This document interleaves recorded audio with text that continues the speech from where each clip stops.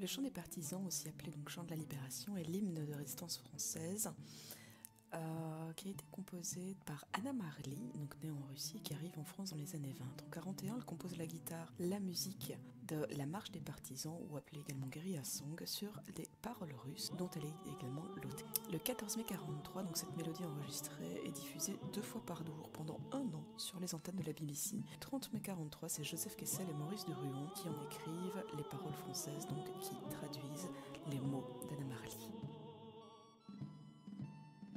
Ami, entends-tu le vol noir des corbeaux sur nos plaines? Ami, entends-tu ces cris sourds du pays qu'on enchaîne? Ohé, partisans, ouvriers et paysans, c'est l'alarme.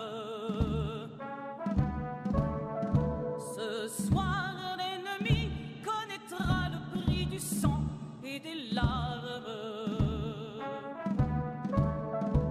voilà, je vais arrêter là la chanson pour qu'on puisse l'analyser ensemble.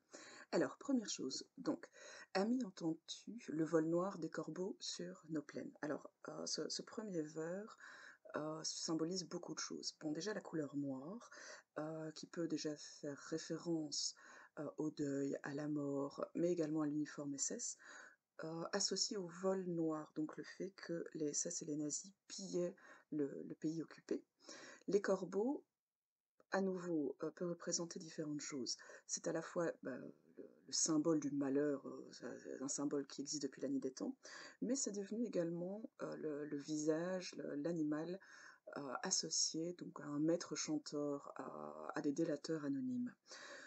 Autre interprétation possible, le vol noir des corbeaux sur nos plaines fait référence par rapport à la plaine justement où on voyait des choses au-dessus, au Stuka, donc l'avion de référence allemand.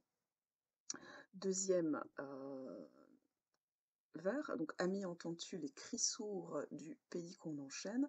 Mais tout simplement, les cris, bon, on sait forcément que ça fait référence à la douleur physique ou morale que le pays occupé subissait, et sourd tout simplement car ces citoyens sont privés du droit d'expression.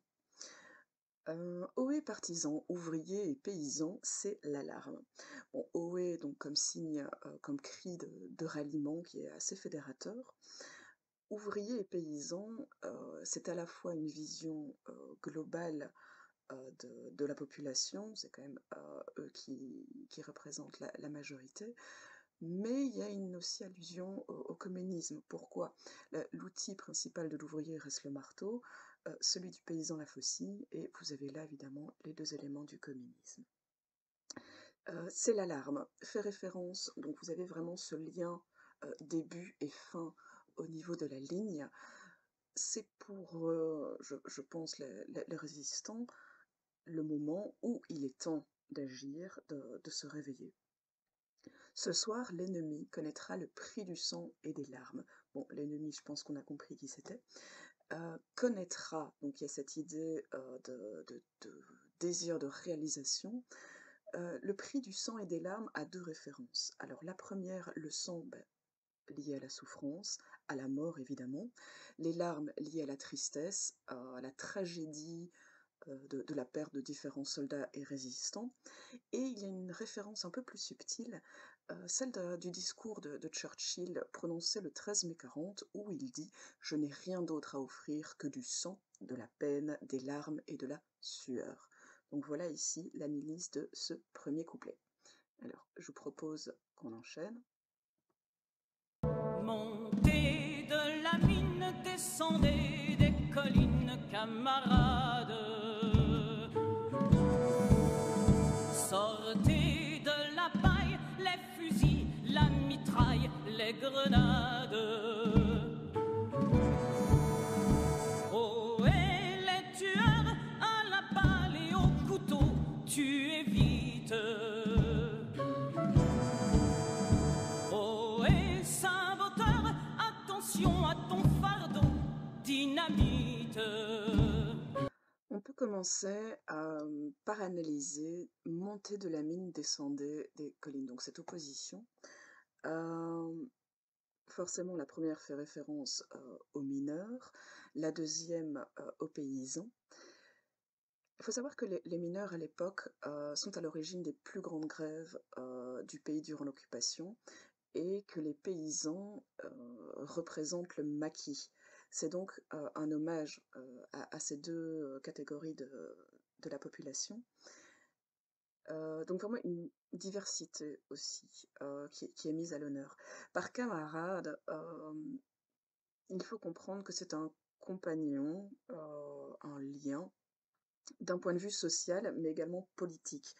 Le camarade, c'est celui qui a le même combat, la même idéologie et évidemment qui ici est de gauche. Ohé, on retrouve ce cri donc de ralliement. Saboteur, attention à fardeau, dynamite. Ici à nouveau plusieurs interprétations possibles.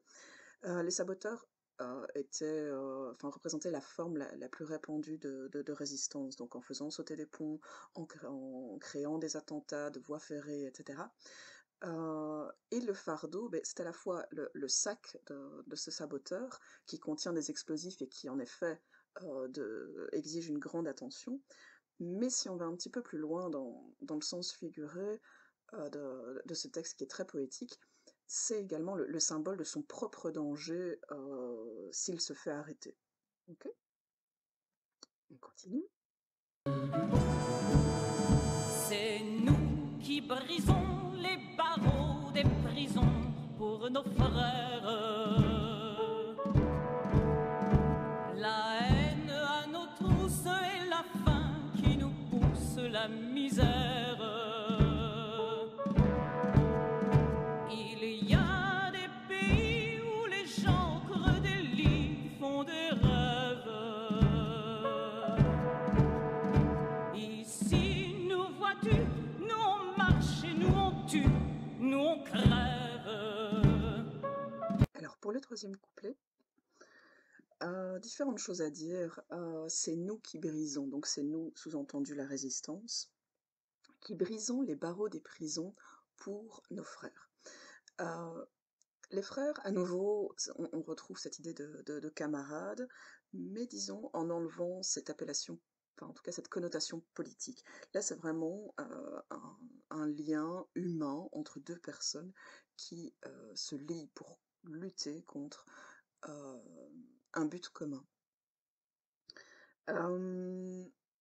Les barreaux des prisons, bon, c'est assez symbolique, mais ça fait aussi allusion et référence à ces résistants qui, par exemple comme Lucie Aubrac en France, ont réellement pris les armes en tant que résistants pour faire évader d'autres résistants emprisonnés. De manière plus globale, donc les barreaux des prisons, ça fait référence au fait que le pays occupé est devenu une véritable prison et que par les actes de la résistance, ils vont pouvoir donc se libérer. Il y a des pays où les gens au creux des lits font des rêves. Double interprétation à nouveau ici. Le fait par exemple que les résistants visualisent et fantasment donc cette liberté qu'ils veulent absolument retrouver. Et on visualise donc des pays où on peut dormir de manière paisible.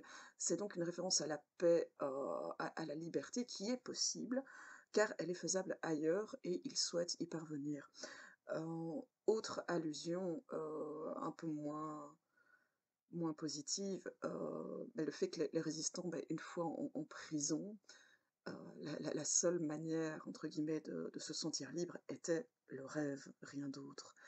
Ici, nous vois-tu, nous on marche, nous on tue, nous on crève. C'est assez dur, en attendant, c'est quand même généralement les deux alternatives qui s'offrent à un résistant. Je parlerai juste après de la légitime défense, mais il est clair que l'heure n'est pas à la négociation ni la compréhension. Ici, chacun sait ce qu'il veut, ce qu'il fait quand il passe. Ami, si tu tombes, un ami sort de l'ombre à ta place.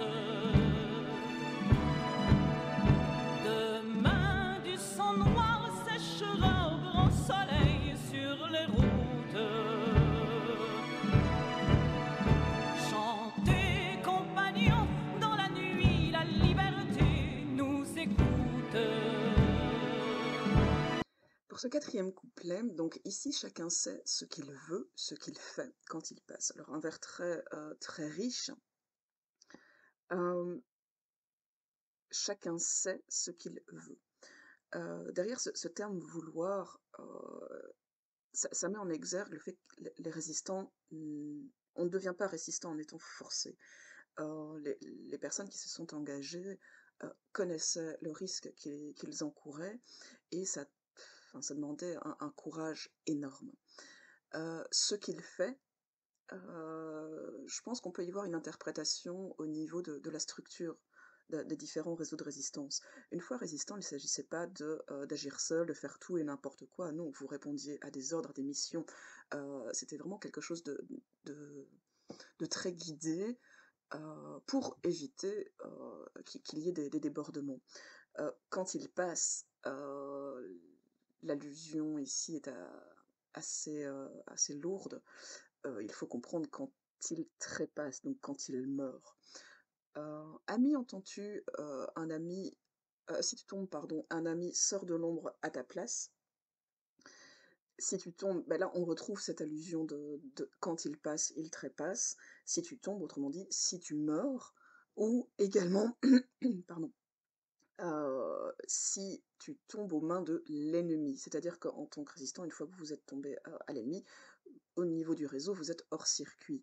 Un ami sort de l'ombre à ta place, c'est parce que cette place qui est donc concrètement vide est prise par un autre résistant qui prendra d'une certaine façon le relais pour maintenir la structure du réseau. Demain, du sang noir séchera au grand soleil sur nos routes. Dans cette idée de demain, on retrouve l'idée de tout à l'heure, le soir, c'est quelque chose qui est assez proche.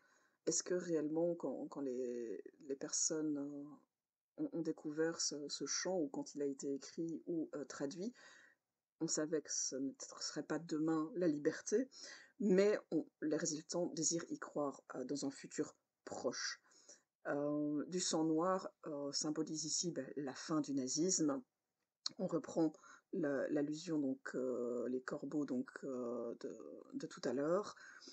Et au grand soleil, donc séchera, donc disparaîtra vraiment le fait de se rigidifier, de ne plus être actif. Au grand soleil ici, qui symbolise évidemment la liberté, sur nos routes, donc au sein du pays occupé. Dernier vers, donc chanter compagnon, dans la nuit la liberté nous écoute. Chanter dans cette idée de se retrouver ensemble, de donner donc du corps à ce chant. Compagnon, je l'ai déjà expliqué tout à l'heure. Et dans la nuit, la liberté nous écoute. Plusieurs références ici. Dans la nuit, ça veut dire la clandestinité, le fait que ce soit illégal, caché. Et la liberté nous écoute.